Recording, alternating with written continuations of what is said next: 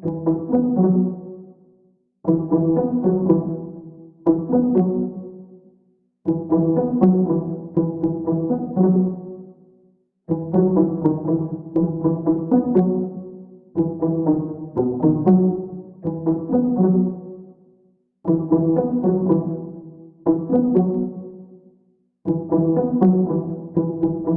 daholo androany sika dia ndao andray raha hiresaka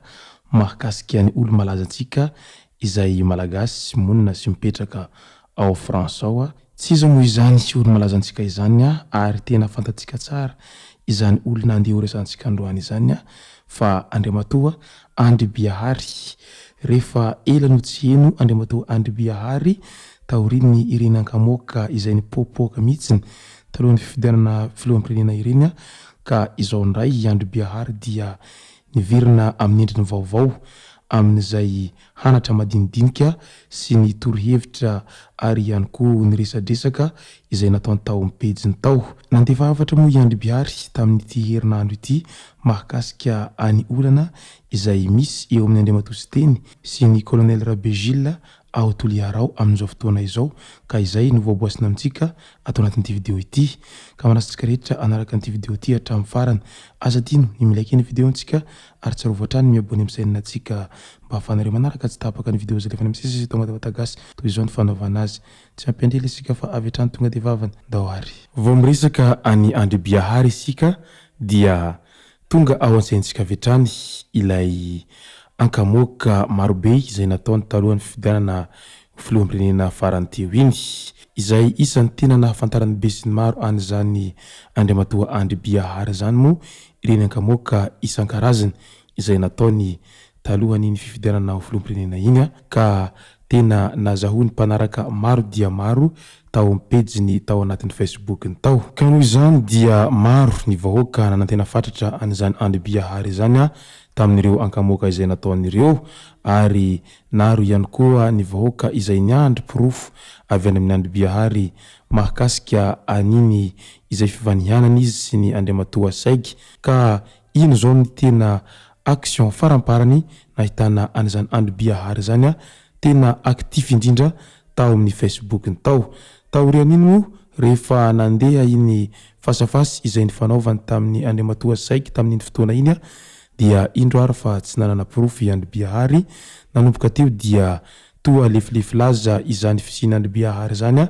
tao mitambazotra tserasera Facebook tao ary lasa tsy nahataitra ny vahoaka intsony ny zavatra izay navoaka n'izany Andriabiahary zany tao amin'ny Facebook tao. Ka izay indrindra no nahatonga any Andriabiahary toa lasa tsy henoheno intsony ary nanjavonjavona tampotampoka teo. Ka eo indrindra ny mpametra-pantenenana be sy ny maro tamin'izany fotoana izany nanao hoe mba ahoana re izay no ny hafarany Andriabiahary zay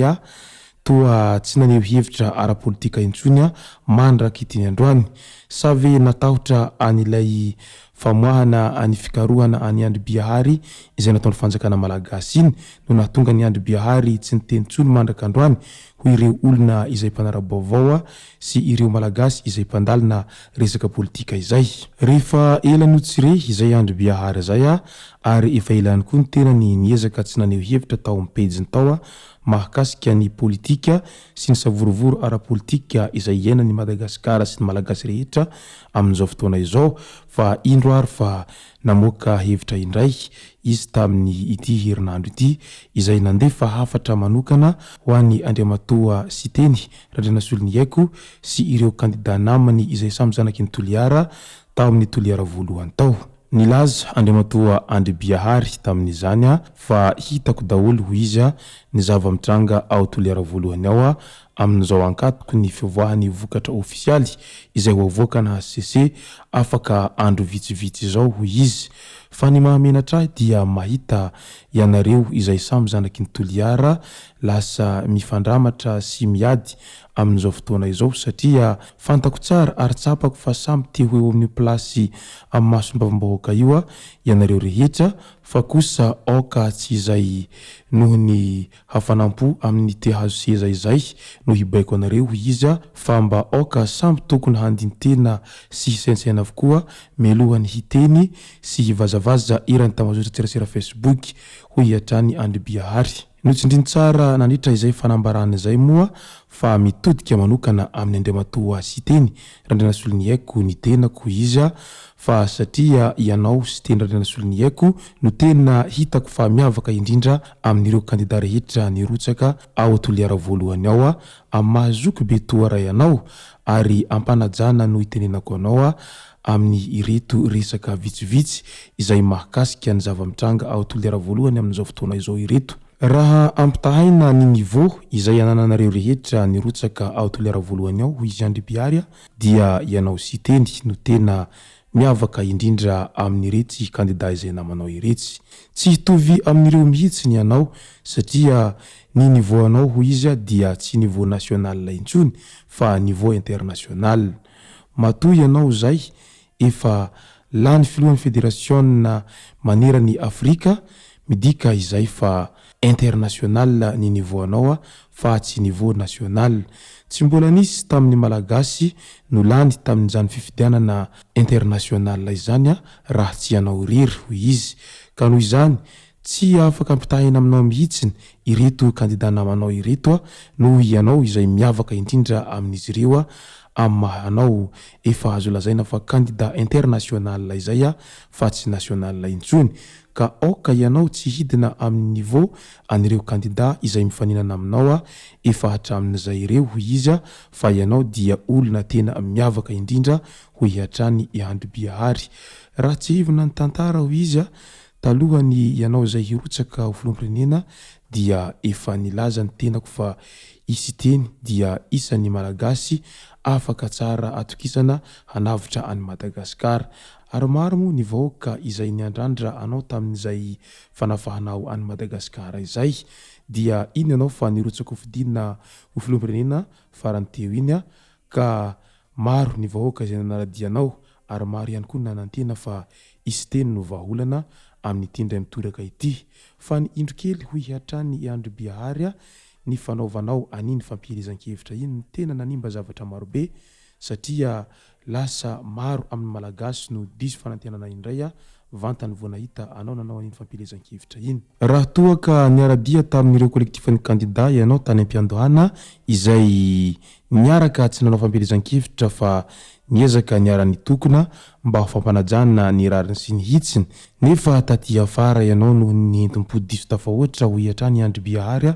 dia iny ianao fa nandeha nanao fampielezan-kevitra iny ary iny ny tena olana iray lehibe izay azo lazaina fa lesoka iray lehibe izay tsy tokony nataonao tamin'ireny fotoana ireny ny fanaovanao fampielezan-kevitra lasa niara-dalana sy ny fanindran-dalana tamin'ny andriamatoa Andry Rajoelina izay samy niaraka nanao fampielezan-kevitra moa ianareo roalahy ka lasa tany aminareo irery no maso ny vahoaka malagasy rehetra taorian'izay fampielezan-kevitra izay nataonareo izay. Nanomboka teo dia tsy vitsy tamin'ny vahoaka malagasy izay mpanaradia sy isan'ny mpankatianao no lasa niovahevitra tampoka satria maro amin'ireo vahoaka no nandray anao toa lasa nivadibadika indray ho ireo sasany raha tany am-piantohanana ianao izay niaraka ny tokona tamin'ireo kolektifan'ny kandida izay niaraka nanao diabe tao Antananarivo tao fa tampotampoka teo ianao dia iny fa lasa nanao fampielezan-kevitra ka izay dia azo akanalesona tsara izay hanarenana amin'ny ho avy fa ianao dia olona izay tena ianadray ny malagasy rehetra sy ny Madagasikara hanavitra sy hanafaka an'io Madagasikara io ao anatin'ny krizy lalina izay mianjady amin'izao fotoana izao ho hiatrany Andry Biary raha namarana ny teniny.